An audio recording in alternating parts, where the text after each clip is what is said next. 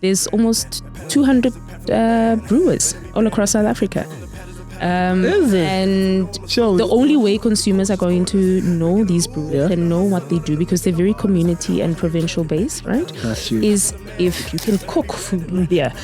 And people didn't think it was possible. We've hosted a number of dinners where people are like, oh wow, as the saying goes, boil the ocean. So how friendly is this industry towards women, and what role can your organization play in terms of bringing in more women to participate? Yeah, culturally, it was in some respects in South Africa frowned upon for women to drink beer. So then women sort of...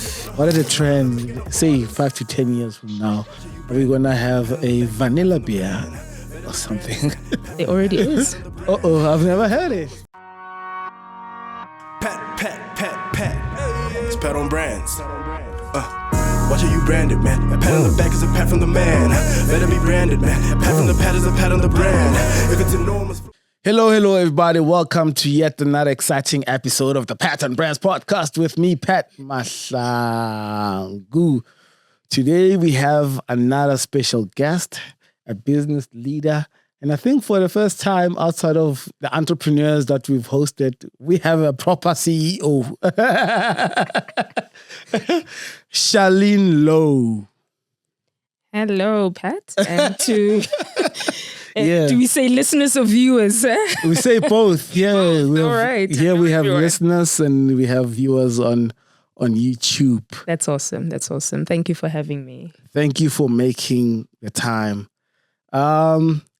Before we get into it, we have to go via. But I'd like for us to take the first stop in Mafikeng, and tell us what happened there. What does that place mean to you? Sure. Interesting. That's where I was born. And I was born in a hospital called Victoria Hospital, in a little town called Mafikeng. Mafikeng, a little town. Now it is, but it wasn't. Back in when you were born. Yeah. Okay. It was quite an interesting town. Part of, if you remember, what was called the TBVC states. TBVC. Yeah, those were almost independent states from what was the old South Africa. So it had its own government, its own president. If you remember Lucas Mangope. Okay. Yeah. Okay. So that's where I was born. Oh, nice. So you were born during those times? I was born during those times, yeah. Wow. Yeah. I experienced the coup. Yeah. In my time. Yeah, there was a coup. Yeah. What happened? It was to try and take down that government, the Mangope government, yeah. And didn't quite succeed. He went on for a little bit longer, of course, until things changed. And here we are, all under one umbrella, one big South Africa. But I hear things were working back then. Oh yeah, I can safely say, and I think this can be attested to by anyone that grew up in Mafikeng at the time that I did, things worked. Education worked. Hospitals worked. Which school did you go to? Connie Minchin Primary School. And high school? High school, I went then to Kimberly. Oh, that's when you were in Kimberly. Yeah. We're going to make a stop in we get to Joburg. But I was told, I've met a lot of senior business leaders that studied at Mabatu High. Yeah, Mabatu High was a reputable high school, produced a number of amazing business people and even entertainers. I mean, your Stones of the world. Sure. And even UNIBO at the time. Now it's called University of the Northwest, of course. But yeah, a lot of people went to university, they graduated, and they're successful today. But definitely a beautiful, beautiful town that was established at the time. Unfortunately, things have changed. It has been forgotten. And things have just sort of dilapidated somewhat. So quite sad to see it the way it is. It certainly wasn't like that growing up. Let's not take that route because that podcast is bashing us. No, not intentional. Of course.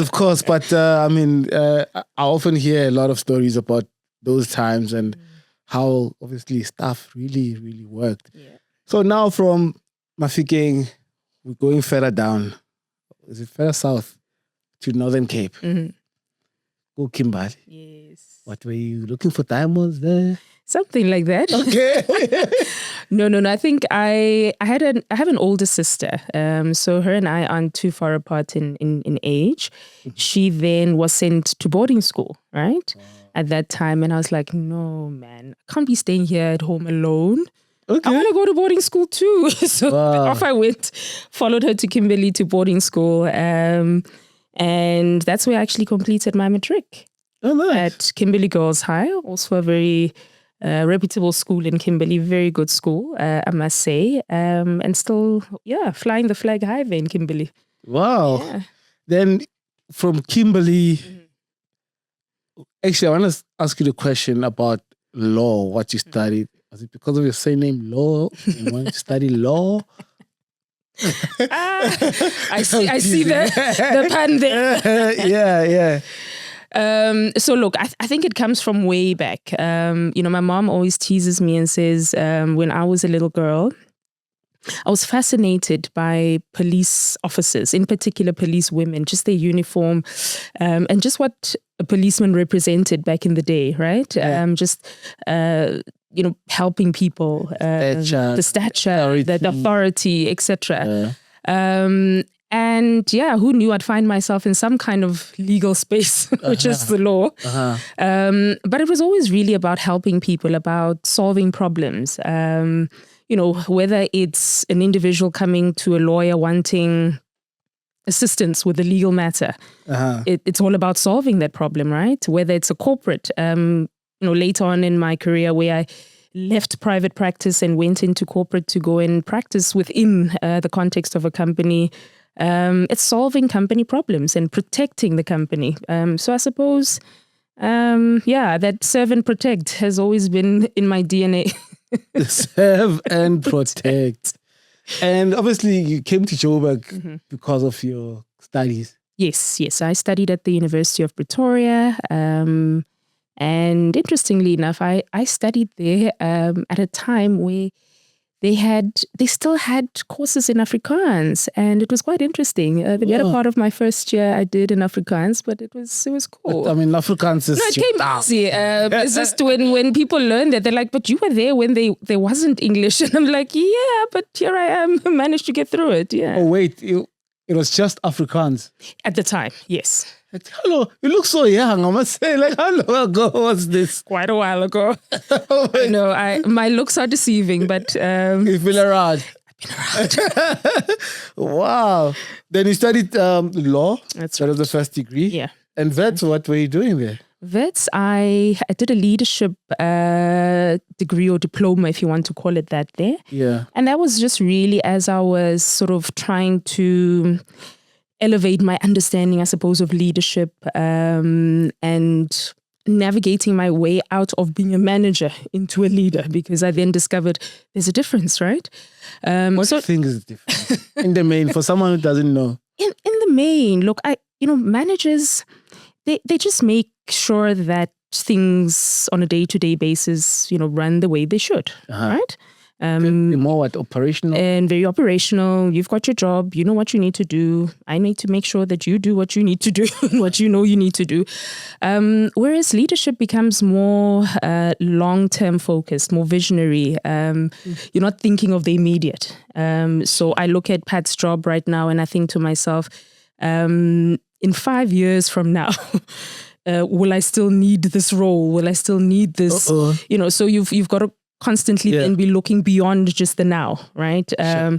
Or even for Pat, how do I elevate him from where he is right now in this particular role? Because that's the job of a leader. Sure. How do I help Pat to move into his next best over the next couple of years? That's why then leaders deal with succession planning, strategy, and that sort of thing, as opposed to day-to-day activities of just making sure that the lights keep on, so to speak, The kitchen is clean. And the kitchen is clean. Yeah. Would you say you've got a leadership style, because I always hear some people say, that's not my leadership style. I'm more of a disciplinarian. I'm more of, Yeah. Personally, my experience has been, it's very hard to stay married to a particular leadership style. And I'll tell you why. I've operated in various environments, in various sectors. And in a number of companies that were at different stages of maturity, whether it's business-wise or culturally or, so I do think one needs to be adaptable.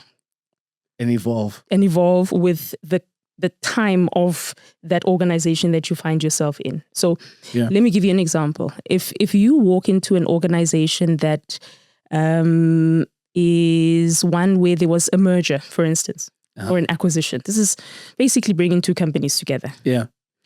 Their cultures were very different. Their way of operating and how they did things very different, right? You then have to merge those two cultures. So when you are a leader then within that type of space where there's probably resistance, there's others thinking, oh, no, but we used to do it this way when we were still part of this company. And meanwhile, you've got a board and shareholders that want results. Then a certain type of leader emerges out of that particular environment, right? The same way at times where you've got an organization that's just been through the most. We know you've taken an organization that's just had a bad reputationally. There's been maybe corruption and all sorts of other things that have come out in the media. You come in there's a particular culture you walk into. Of course. So what happens? You then adapt to what that is, right? There are things that you now need to bring into place that weren't there before. Systems, controls, checks and balances. You've got to really be more focused on governance and, reporting and assurance services and that sort of thing. So I think you've got to allow yourself to lead based on the circumstances that you find. But I think maybe at some fundamental level, there's a transversal part of it where I think with all leaders, for me, it's really just about being that leader that creates an enabling environment. Got you. I always tell my team or whoever joins the business that my role is to cultivate the soul. That's it. For you to grow. That's it. But I can't make you grow. Absolutely. You know what I mean? Yeah. But you enable that growth. Absolutely. Yeah. Absolutely. So, I mean, where you are now, you are a leader. That word. it's been used very inappropriately recently. Leadership. Everybody's called leadership. I don't know if I like it, but okay, let's go with it. Yeah, so where you are now, you can approve serious budgets. I'm kidding. BASA, for those that do not know, what is the role of the beer? Is it Beer Association of South Africa? I didn't want to butcher it. Rather you say it than me. At the Beer Association of South Africa, like what do you say is its role in let's say in the broader society?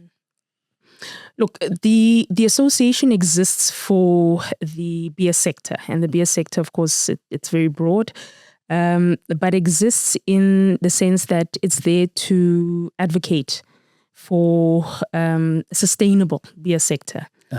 Sustainability is very broad, as you would know, but sustainable in the sense that there must be policy, there must be regulation that enables that sector, that helps the sector to grow, and not necessarily diminish the sector and its contribution. Right? So we do a lot of lobbying and advocacy work for the sector. We obviously want to see a sector that has an SMME base that is able to scale themselves and grow, right? So we support SMMEs within the beer sector with enterprise development programs, with skills development programs, but we also want to see youth and Black youth enter the sector, right? So we do offer as well through partnerships teaching and training young people how to brew beer, right? And give them a skill, because it ultimately is a skill. Not everyone is going to have a university education because of affordability issues, we know, and space issues in universities. But we believe, let's build a pipeline, but while building a pipeline, we're also upskilling our youth, right? So that's some of what we do as well. And of course, responsible consumption, right? That is a big one. We know you South Africans. That is a major part of what we and somehow also preach. I must say though, because I mean, if you look at it from a capitalist perspective, it's a good thing, because it's more money. When more people are drinking beer, you make more money. But yet again, you have this societal issues that sort of emerge from. How do you balance that out? Because you also want your members want to report like strong results. Say this year we had made X amount of billions in profits because people just love our liquid. But how do you, as a body as well, sort of strike a balance and also conscientize your members to say, yes, it's good that you're going to make a lot of money when more people drink, but let's do it so responsibly. Look, I think, when we are having conversations like that, we also have to be very evidence-based, right? So part of the role of our association is also undertaking research, understanding, the extent of the problem, right? Yeah. So at times we are able to speak facts and figures as opposed to anecdotes and observation, because that's very dangerous. But also as an industry, if you're wanting to create a proper solution to a problem, right, that may or may not be caused by your product, you've got to have the evidence to say, what is the population size that we're trying to deal with here? Yeah. What type of drinking patterns are we looking here at here? So that you know what you're trying to solve for, if you get what I'm saying. And we also have to develop partnerships, right, with the Department of Social Services to understand, how do we support you as an industry, right? Department of Health, similarly, how do we support some of your programs and what you potentially see on your end around alcohol harm? But I think understanding the problem makes it easier then to solve with direct intervention. Yeah. But I think from our side, it really is trying to show that while, yes, we want the consumption to happen because it means sales, it means revenue, it means contribution to GDP, to tax, and ultimately our tax goes towards social services, towards health, and all of those. But we still need to continue preaching the responsible consumption message. That is why when it comes to packaging, I think you would know that. We warn you right up front as you purchase of course the risk, right? But also you've seen whether it's a billboard, whether it's on digital, and sort of that type of marketing, there's always a responsible consumption message, right? And this is a message that we are going to continue to preach because I think we can't be a manufacturing or an alcohol manufacturing sector that is also doing it irresponsibly, right? At all costs and at the risk of people and people's lives. So it's something that we take very seriously as an industry, and I think the millions that are pumped into some of the campaigns, I think, are just testament to show that this is an industry that really cares. And is interested in making sure that people consume its product moderately and responsibly. What is your position to those that say we need to increase the age limit to 21 instead of 18? Do you guys as BASA have a position on that? Or? Yeah, look, I think the entire industry has a position on that. We certainly don't agree with that position. There is research the world over where it has shown that has not reduced drinking consumption necessarily. And so, already it stands to question what informs that decision. do we believe that there are going to be less people drinking that are under the age of 21? That's not the case. We already know that there is underage drinking, and we need to find solutions to deal with those particular problems, not trying to just increase the age limit. It's more about let's be more solution oriented. Yeah. So if you're talking underage drinking, social partners and stakeholders, what do we do about this? How do we solve this problem? And if there's a certain percentage of adult alcohol consumers that are using alcohol abusively, let's target them. Let's understand how we intervene. But to simply write into legislation something like that doesn't really solve the problem. I mean, I was reading a report the other day. Apparently, globally, seeing more and more younger people actually drinking less beer. I'm not sure if that phenomenon has reached our shores yet, or it's happening more in developed markets. Yeah, look, I think it's everywhere. It's across the globe, and it's really perhaps something to do with the fact that I think what you're seeing is that younger people are starting to become very wellness conscious, if I can put it that way. So it's not to say that they're not drinking beer, but they're opting for low alcohol or 0% beer because it fits into a particular lifestyle and that sort of thing. And that's why you're seeing your low and zero alcohol beer has been growing at about an 8% rate year on year since it was introduced. Sure. So there's massive growth and massive opportunity there, and we're still advocating for zero and low alcohol beer. All part of our stable, all part of our messaging, and we're saying we're giving consumers a choice, and if that's the choice they're making, well done on them and kudos to them. Great stuff. So speaking of, we spoke quite a bit about the challenges that are facing the industry.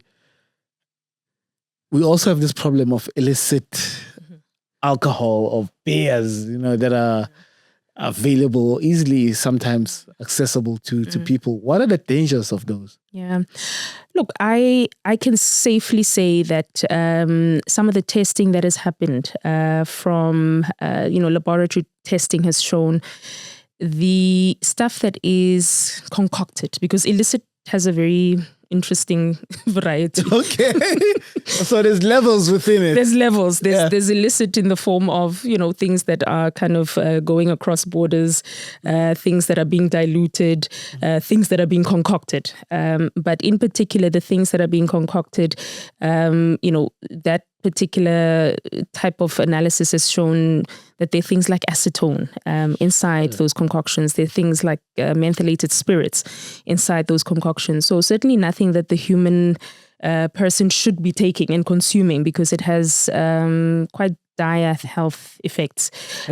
So there is still a job to be done, a big job to be done in educating consumers, we accept. But in the same breath, law enforcement is so critical.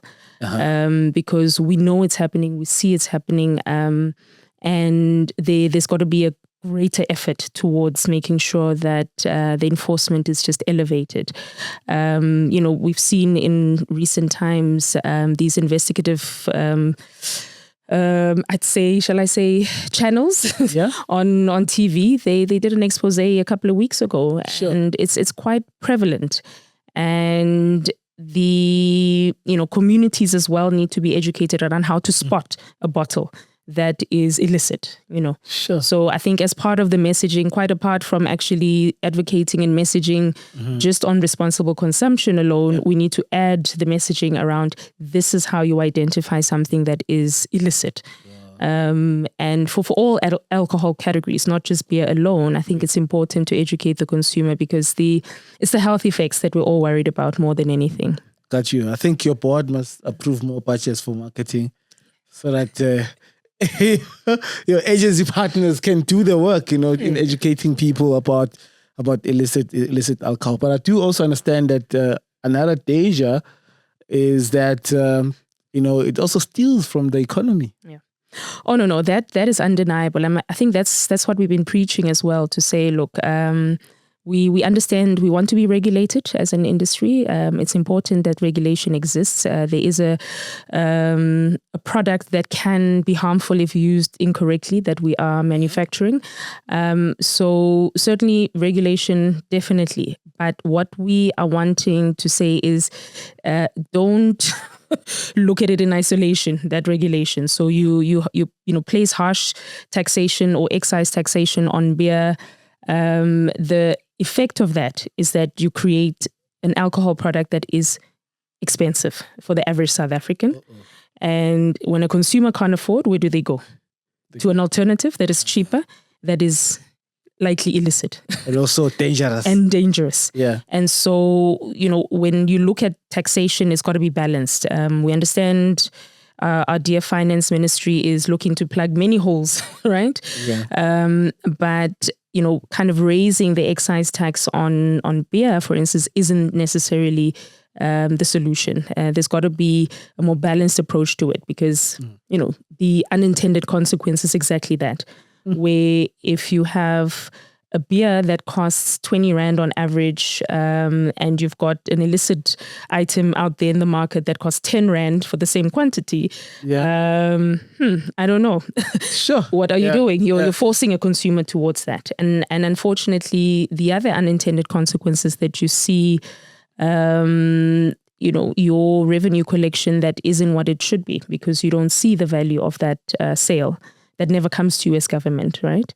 Yeah. And we've gone and looked at what these numbers are. And I mean, global research as well tells you that at least within our South African context, it's sitting at about 30% now, illicit alcohol.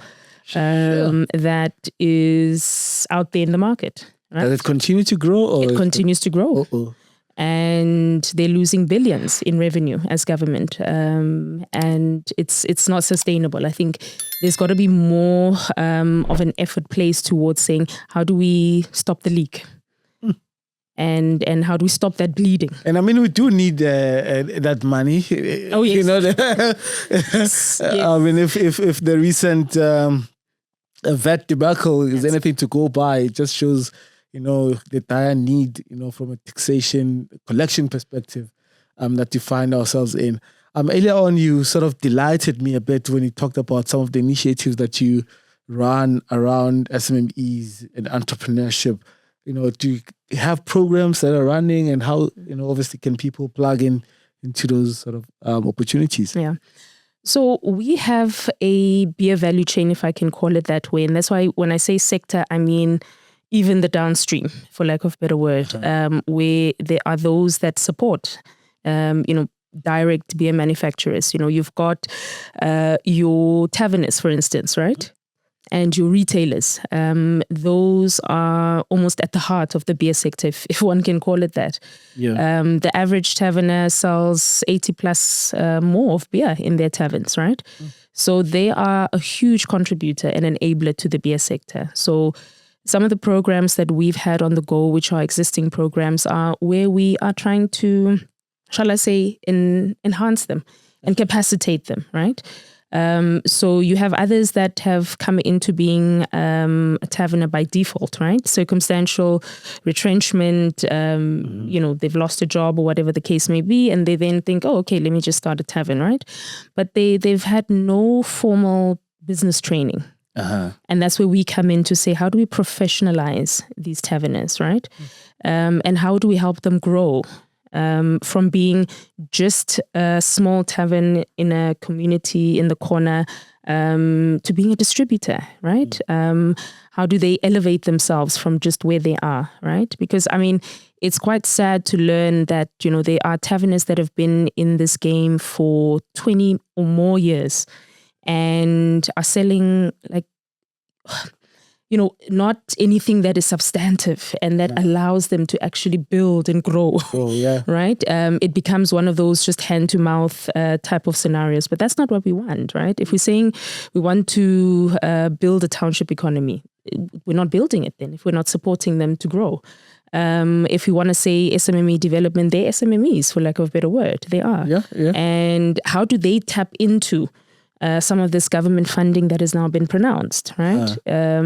So there needs to be a very intentional effort to try and stimulate their township economy, but stimulate those SMMEs to grow. So we're playing our part, of course, knowing how they enable and support, our manufacturers and our members. So we are very active in making sure that we capacitate them in that way. So on an annual basis, we have a certain target around how many we provide with enterprise development skills. One of the other things that we do is we've had partnerships with various institutions of higher learning where we are introducing, a course and a module on Oh, interesting. a beer program. I right? wish I had it in my university. And this is obviously your hotel and hospitality management students, your bioscience and biochemical type students, where we're introducing brewing to them, right? Wow. So that they understand it, but that the full spectrum of it, right? The history of it, from the agricultural side of it, understanding the different grains and how it's actually made, and the quality craftsmanship, if I can call it that goes into the beer, understanding the different beer styles, right? In the same way, South Africans in many ways have become very knowledgeable on wines and, different styles. Yeah. The same with beer. I think there's a little bit more than a lager, South Africans, I promise you. There are a number of beer styles. So what's your favorite style? What's your favorite kind of beer? Okay, I love myself an IPA. It's called an Indian Pale Ale. Hey. Yeah. And something new every day. I've never heard of it. Which brand produces an IP? Oh, if you think Jack Black, they produce it. If you think CBC, they produce it. If you think Devil's Peak, they produce it. If you think Darling Brewers, they produce it. And now a lot of these are out in But it sounds like it's a new age type of beer. No. Those brands that you just mentioned are sort of newish. Yeah, look, brands in the market. Fair enough. I mean, look, if you look at Jack Black, they've been around 14, 15 years. Yeah. They've now been acquired by Heineken Beverages. Darling Brewer has been around in excess of 10 years. Same with Devil's Peak. Yeah. They've been around for about 12, 13 years. But you have to understand as well, that's why we have to play a part in the sustainability of the industry, because that's what we want to see happen, that South Africans are exposed to more and more brewers and more styles. But it's got to be understood that it's very difficult and funding is an issue. Yeah. And brewing is... So that's going to be my point, because I mean, the barriers to entry are very high. Very high. Industry. Very high. You have to produce it large scale volume, your distribution needs to be on point. That's your marketing needs to be on point. And often if you're just starting out with close to zero funding, it might be very difficult. Yeah. So hence our relationships and the partnerships that we're building with a lot of these stakeholders, particularly within the finance side of things. Yeah. So that they have a better appreciation of the industry. They understand that there's a huge SMME landscape. There's almost 200 brewers all across South Africa. And the only way consumers are going to know these brewers and know what they do, because they're very community and provincial based, right? Is if we allow them to grow, we enable them. And we have funding institutions, both government and private funding institutions, that are willing to take them on and help them to scale their businesses. The same way the ones that I'm mentioning now, they had to have some investment and injection for them to be where they are right now. Yeah. But we want to see more and more of these SMMEs come into our retail spaces, and consumers having more selection and more choice. If you don't mind me asking, how much of sort of benchmarking do you guys do from a country perspective? Because I remember when I was in Germany, Germany is a beer drinking nation, and almost every other small town there's a local brewer, and there's a big sort of beer drinking culture.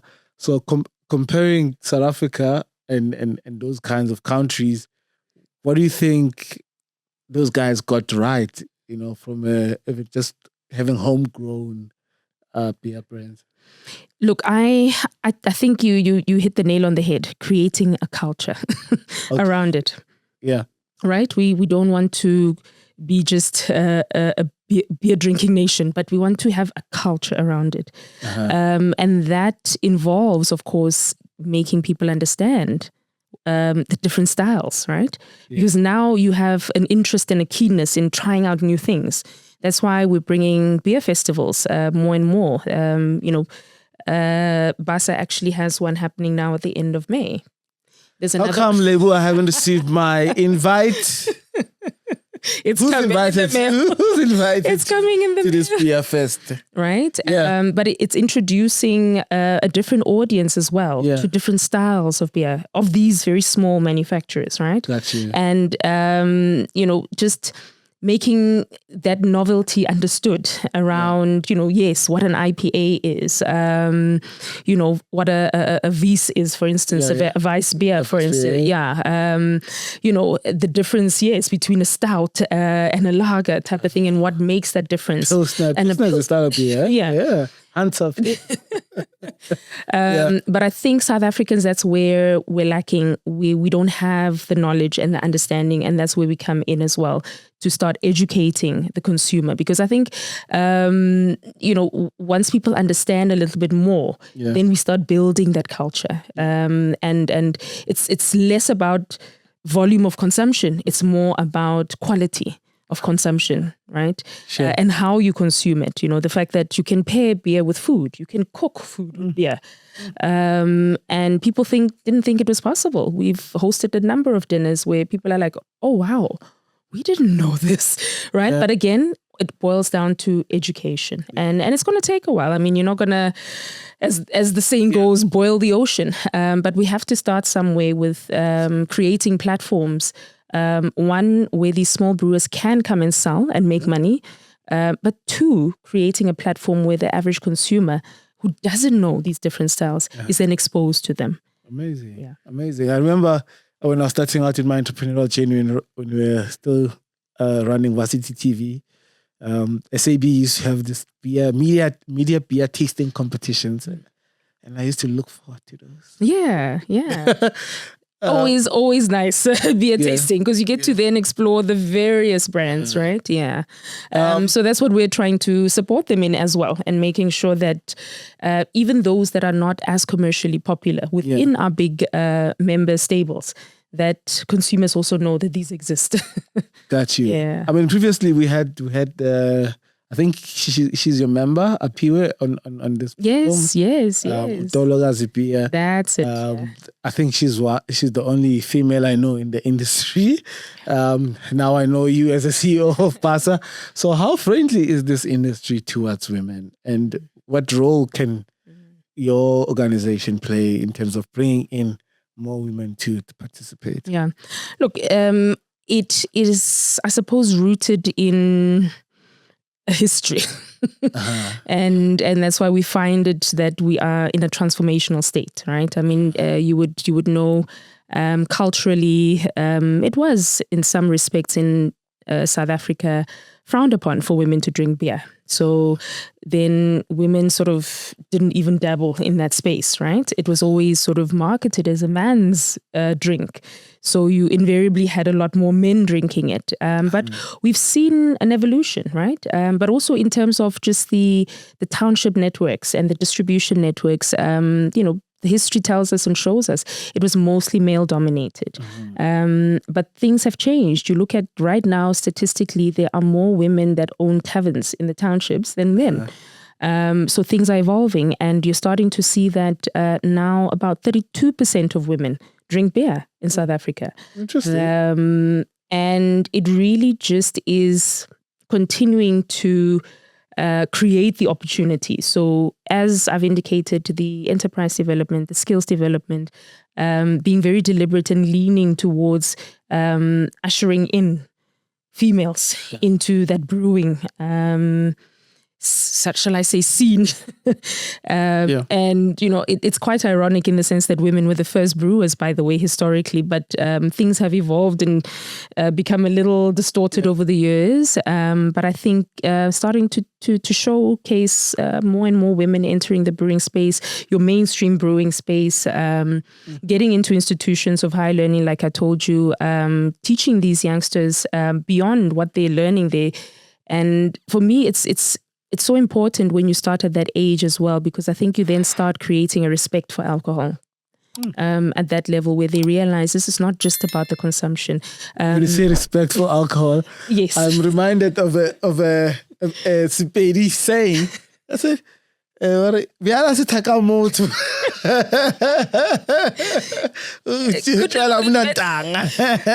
have put it better myself. I found that the immersive experiences that we've offered some of these students have given them a newfound respect for beer, where they may have associated it negatively with a drunk uncle somewhere there in the township. Now they realize, oh, wow, these ingredients, the hop, what the hop does, what the barley does and what the wheat does, and, the infusion of these and the toasting of the barley and the roasting of it and what it means for the flavor and there becomes this refinement of understanding of what beer is, that in fact it's a very delicate product. With very quality ingredients. But I think we don't know that as many South Africans. And once you start getting these students and this youth that will come into the retail space, that will come into the hospitality space, they then bring that teaching and that learning with them into those spaces, and they impart it on consumers as well. So that when you walk into a hotel restaurant, somebody can say to you, oh, you feel like a steak. This is a beer that I can recommend that goes very well with a steak. Oh, sir, are you going to have a chocolate brownie? This is a beer that I'd recommend with your dessert.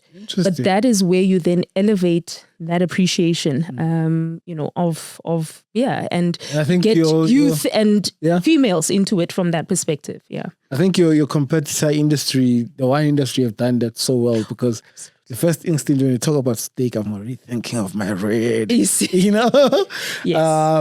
Yeah. So what is the future of this industry in your view?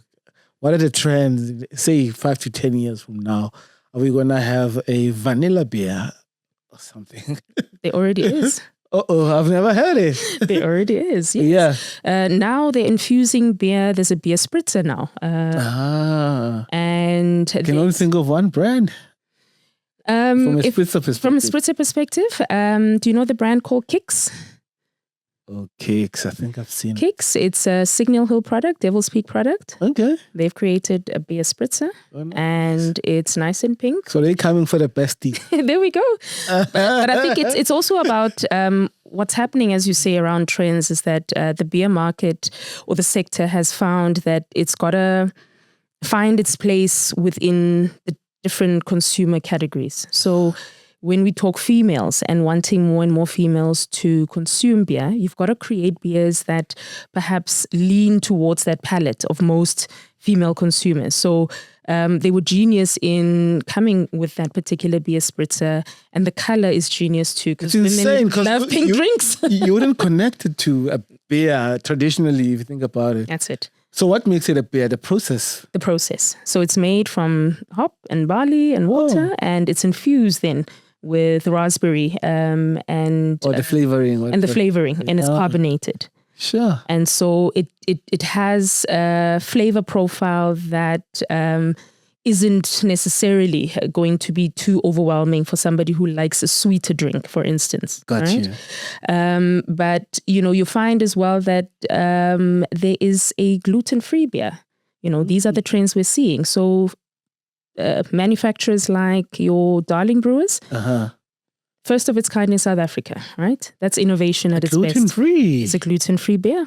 Okay, right? For us health nuts. That's it. Drink it gluten-free beer and eat gluten-free bread. There we go. And sometimes, it's an allergy thing. Now you like your beer, but you can't drink it because you react to the wheat in it. And now there's a gluten-free beer that somebody that would have an intolerance can very simply drink. Amazing. And as you know, there's then the 0%, right? That if you took blindfolded, you wouldn't even know the difference. Whether it's a full alcohol or a 0% alcohol beer. Absolutely. That's how good the innovation has become. So these are some of the trends that we're seeing. And like I said, there's huge opportunity within the beer sector, particularly for those segments, like I indicated, the female, segment where they're not, for many years, haven't been part of the beer culture and the beer nation. Yeah. I mean, if only 32% of women are drinking beer, the opportunity is endless, right? The opportunity is 70%. That's it. That's it. So the growth of the sector is not done yet because there's this huge opportunity. You look at urbanization. I mean, we know statistics and, Stats SA has told us 62% of South Africa is urbanized. But there's a 40% that's in the rural area, right? So there's opportunity, there's growth for the beer sector. And for, small brewers to get into a particular market that's still very there and ripe for the taking, So those are some of the things that are available, I suppose, as opportunities to the sector and for the growth of the sector. Great. Charlene, you've been so generous with your time and knowledge and sharing all these trends. But before we let you go, we have to do the Pattern Brands quiz. We have to test your knowledge about brands. And hopefully, you can answer all of them correct. Because when you get the question right, you get a pat. And if you get the question wrong, you get a slap. Ouch. Yeah. Right, let's give it a try. Yeah. I'm not sure if you've been following the news about the automobile sector. Right? So there's one particular... I'm already afraid. There's one particular brand that announced that actually they'll be closing quite a number of their dealerships from 30-something to, I think, 9. Which car brand is that? I'll give you clues. Oh, nice. Yes, please. Give you 3 options. Yes. Then one of them is correct. Right? Mm-hmm.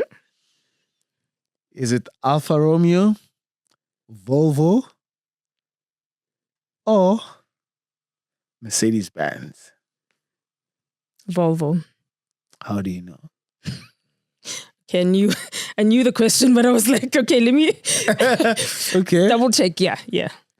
You get a pat. Thank you. That's correct. So Volvo has announced that they'll be closing down quite a number of dealerships throughout the country. Since you know so much about Volvo, let me ask you another question about Volvo. Actually, don't. Which Chinese car brand are the owners of Volvo? I'm not sure if you knew that actually Volvo is owned by the Chinese. I do. I know it's part of a Chinese group and stable of cars. Yeah, so you know your cars. Let's give you options. Okay, give me the options. Nice. Yeah. Yes. Give you options. Yes. Is it Haval,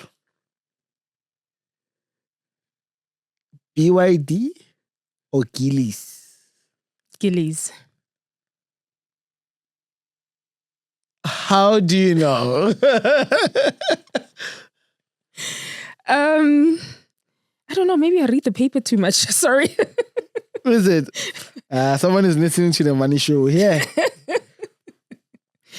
You are indeed correct. It is Gillies. Oh, thank you. You get a pat. You get a pat. No one wants to smack you. Yeah. You know your brands. Let's ask you. Okay, now let's move industries. Are you a fan of Tyler? You mean our very Our very own local superstar? the finest, one of the finest exports. Yes. Mm-hmm. Which jewelry brand recently named her as their ambassador? See, now that's pop culture. Wow. And pop brand culture. Let's give you A clue. some options. Mm. Is it Browns, Pandora, or Stan? My instinct Mm-hmm. is to say Pandora. Why?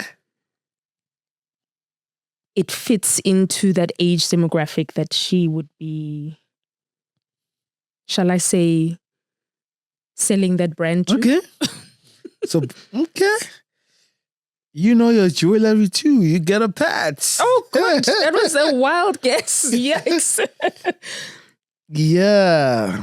Okay. Let me ask you a very easy question. Easy. This is never an easy question with you, clearly. No, easy. Okay, let's do it. Red Bull Symphonic. Which piano artist is gonna be headlining it?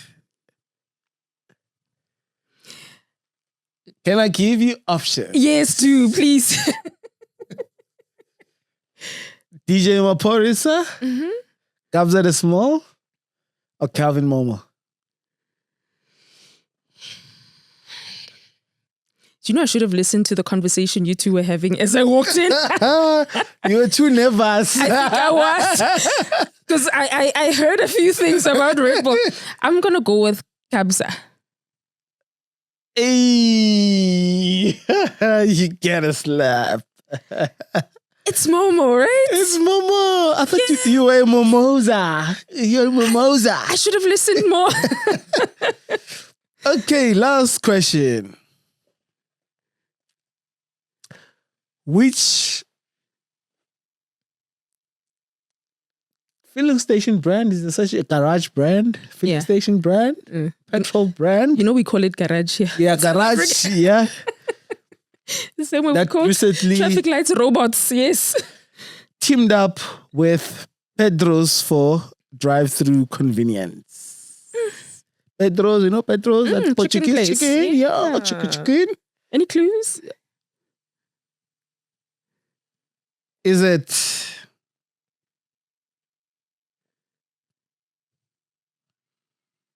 Caltex, BP, or Total Energies? Let me take a wild guess and say Total. Total. Are you sure? No.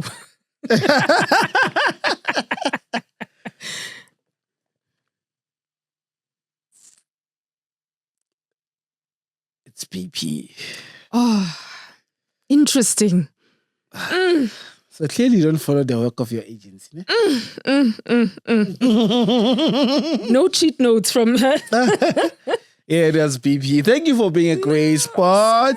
Awesome. Yeah. Any parting shots, advice, for young entrepreneurs and women out there that want to enter this industry? And of course, what is the best way for people to get a hold of you? Great. Firstly, I'd say to any budding young entrepreneur that wants to join this industry is to say this is a very dynamic industry that is in transformation mode and is open to more and more women actually being part of this this industry. So there's lots of opportunity for women.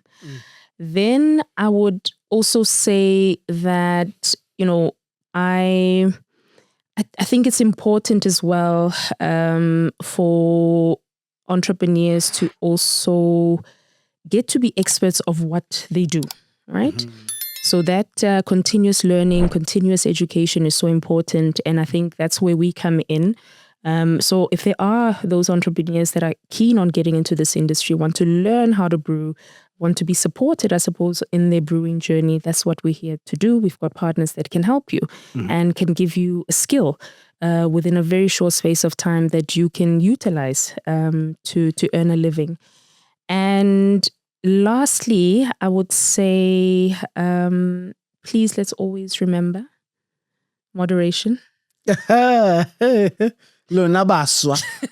Moderation is something that I cannot leave this platform not mentioning to your listeners, to your viewers, that it's so important. If we are going to keep this beer industry alive in the way it is, that is going to continue to produce 98 billion in GDP contribution, 74 billion in revenue for tax purposes, and create over 200,000 jobs, we need to look after it. And looking after it is a partnership with consumers as well. Let's keep it legitimate. Let's keep it an industry that is respectable and reputable.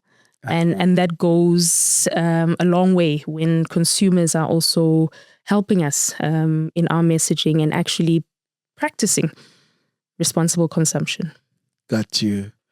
And how can people get a hold of you? There's someone who's watching this and saying, wow, I should quite like Charlene. I'd like to engage with her. www.beersa.org is where you find us. The team's contact details are there, whether you want to speak to marketing comms or our programs. Definitely that's the one way of getting a hold of us, but also when you want to see what's happening in the world of beer. Visit our website, whether it's and you beer events. 07? I'm kidding. It's on there. It's on there. It's on there. My line and my email address. And so I am always keen to interact. LinkedIn, are you active there? Is that your space? LinkedIn as well. They can easily find me there. Okay. But yeah, we're always keen to interact. But I think I find that our page is quite an exciting page, a dynamic page. It'll give you links, tips, tricks, how to pair beer and food, but where to find the next amazing beer event. And I think, other than that, you'll find us, me and the team on there. Awesome stuff. We're accessible. When is that beer fest? It's on the 31st of May. 31st of May. That's it. You guys got it. So please go get your tickets. Yes. I'm plugging it. Yes. There we go. All right, cool stuff. Thank you so much for your time. Thank you, Pat. Really for being a great sport and playing the Pattern Brands quiz. I must say, though, you did well. You did well. Yeah, your guessing game is really on point. Well, what was it? How many? I think 4 out of 5. Not bad. Yeah, no, absolutely. What a distinction. Okay, everybody. Thank you so much for taking the time to watch this episode to this very point. I just want to remind you that the top 16 Youth Owned Brands Awards are happening on the 21st of June. These are awards celebrates and recognize brands that are owned and run by young people. And those young people are what's going to drive the future of the BASA. And for me, Pat Mahlangu, Niti, Inakhailale. Pat. It's Pat on Brands. Watch how you branded, man. A pat on the back is a pat from the man. Better be branded, man. A pat from the pat is a pat on the brand. If it's enormous.